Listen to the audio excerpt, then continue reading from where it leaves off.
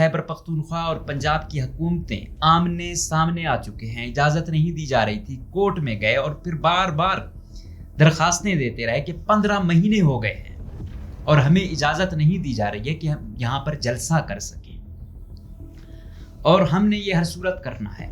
عمران خان نے بھی جیل سے پیغام دیا تھا کہ آپ نے لاہور والا جلسہ ہر صورت کرنا ہے. آپ جائیں, جہاں پر یہ اجازت نہیں دیتے, روک دیتے ہیں, وہاں پر آپ جلسے کی شکل اختیار کر لیں, دھرنے کی صورت اختیار کر لیں, لیکن کرنا ضرور ہے.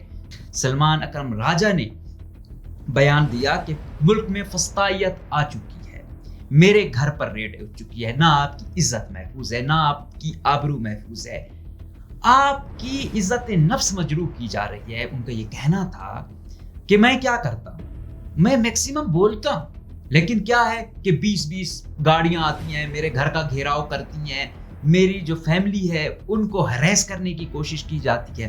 واضح رہے کہ سلمان اکرم راجہ ملک کے نامور وکلاء میں سے ایک ہے. شاید ابھی بھی اس کو ایمین شپ کی ضرورت نہیں تھی, جو تاریخی دھاندلی کر کے اس کے مقابلے میں ایک تھرڈ کلاس شخص اون چودھری نامی بندے کو جو ہے نا لایا گیا. کہاں سلمان اکرم راجہ اور کہاں یہ اون چودھری.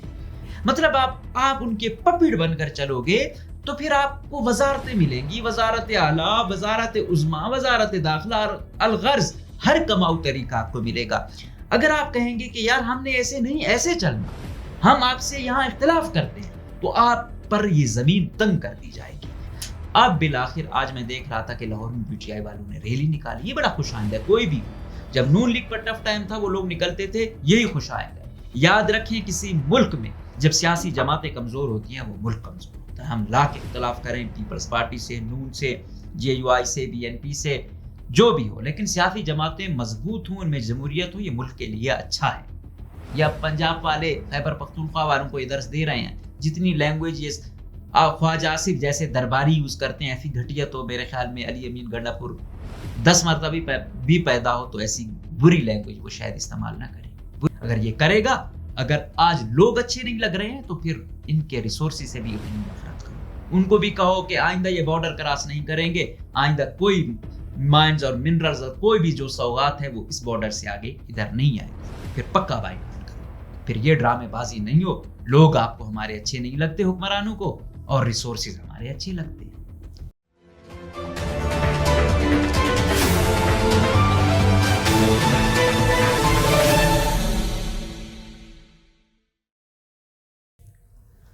السلام علیکم.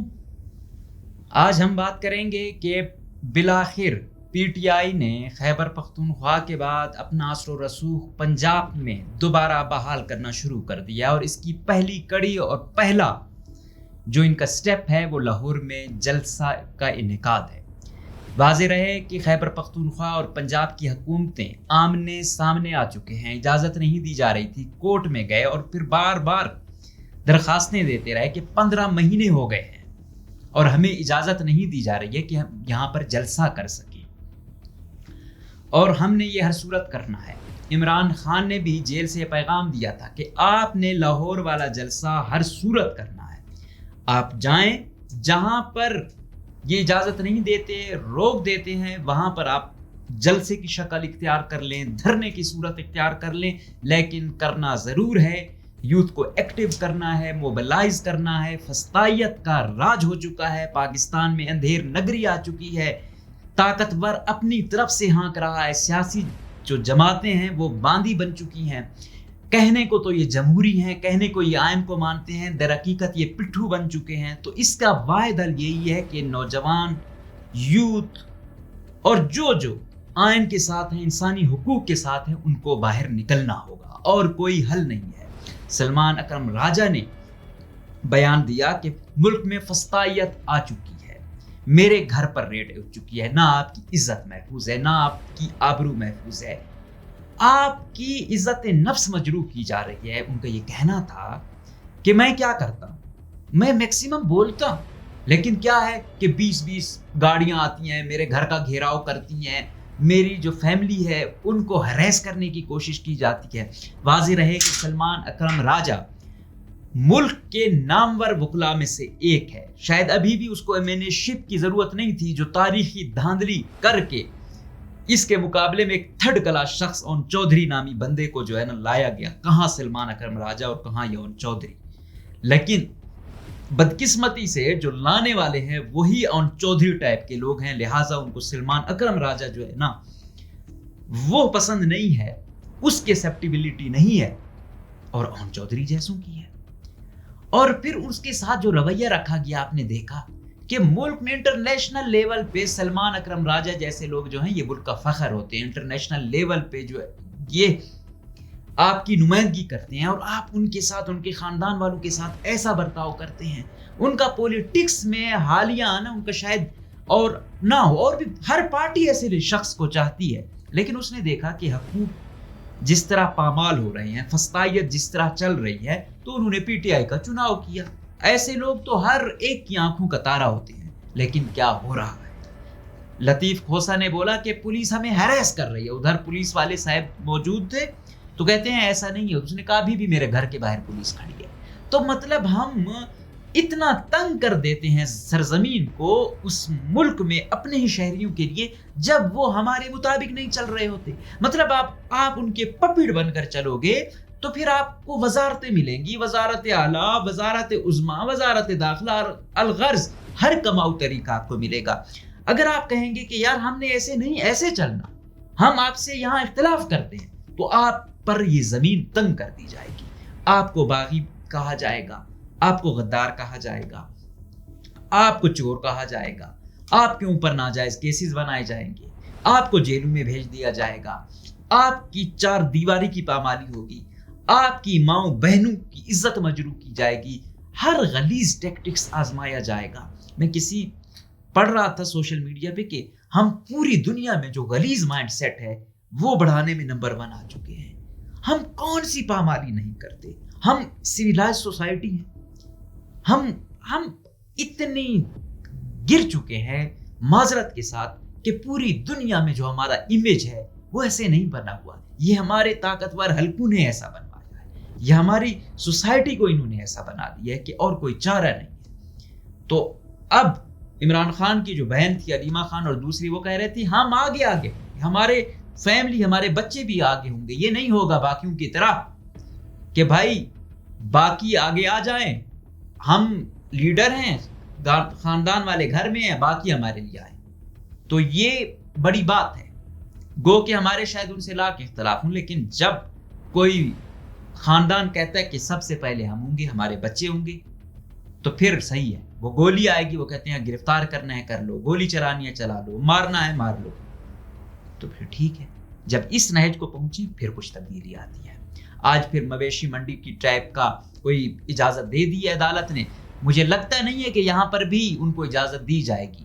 کل جب خیبر پختونخوا سے کہا گیا کہ خیبر پختونخوا سے ہر ڈسٹرکٹ سے 500 لوگ آئیں گے, علی امین گنڈا پور جو ہے نا لیڈ کریں گے, تو لیٹس سی کتنا آتے ہیں. اگر وہاں سے نہیں بھی آتے تو پنجاب میں بہت بڑی آبادی ہے, آپ کو پتہ ہے آدھا پاکستان ہے پنجاب, اور لاہور تو پھر دارالحکومت ہے, وہ تو کروڑوں کی آبادی تو اس کی ہے.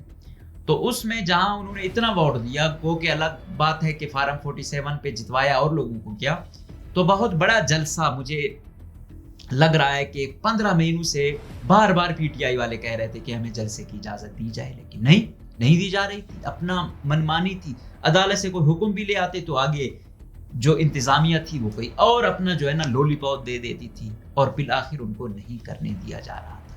اب بالآخر آج میں دیکھ رہا تھا کہ لاہور میں پی ٹی آئی والوں نے ریلی نکالی. یہ بڑا خوش آئند ہے. کوئی بھی ہو, جب نون لیگ پر ٹف ٹائم تھا وہ لوگ نکلتے تھے, یہی خوش آئند ہے.